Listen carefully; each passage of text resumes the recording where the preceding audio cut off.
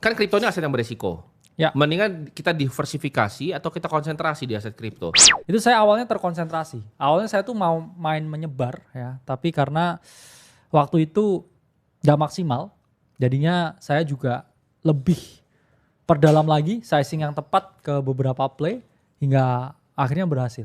Jadi tadi Bro Kakak sempat bilang bahwa penting untuk konsentrasi karena saya juga konsentrasi gitu. Kalau teman-teman nanya apakah gue itu orangnya diversifikasi? Iya, sekarang tuh ada sedikit lah diversifikasi walaupun mayoritas konsentrasi portofolio tetap di kripto.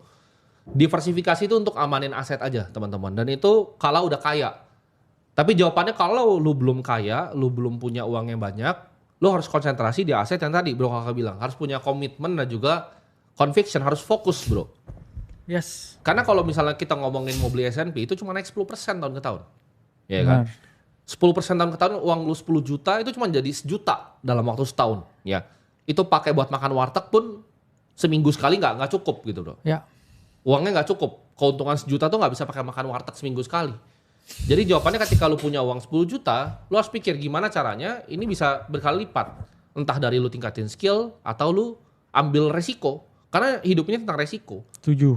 Untuk lu bisa jadi kaya cuma 2 resiko yang lu bisa ambil. Antara beli aset yang naiknya cepet atau lu berbisnis. Tapi bisnis ini resikonya pasti lebih tinggi dibanding yang ini. Menurut gua. Karena bisnis adalah resiko tertinggi yang manusia bisa ambil. Gitu. Kalau gagal ya lu harus bisa bayar karyawan dulu sebelum bayar diri sendiri. Gitu. Jadi menurut gua nggak semua orang bisa jadi pebisnis, tapi semua orang tuh layak untuk menjadi investor.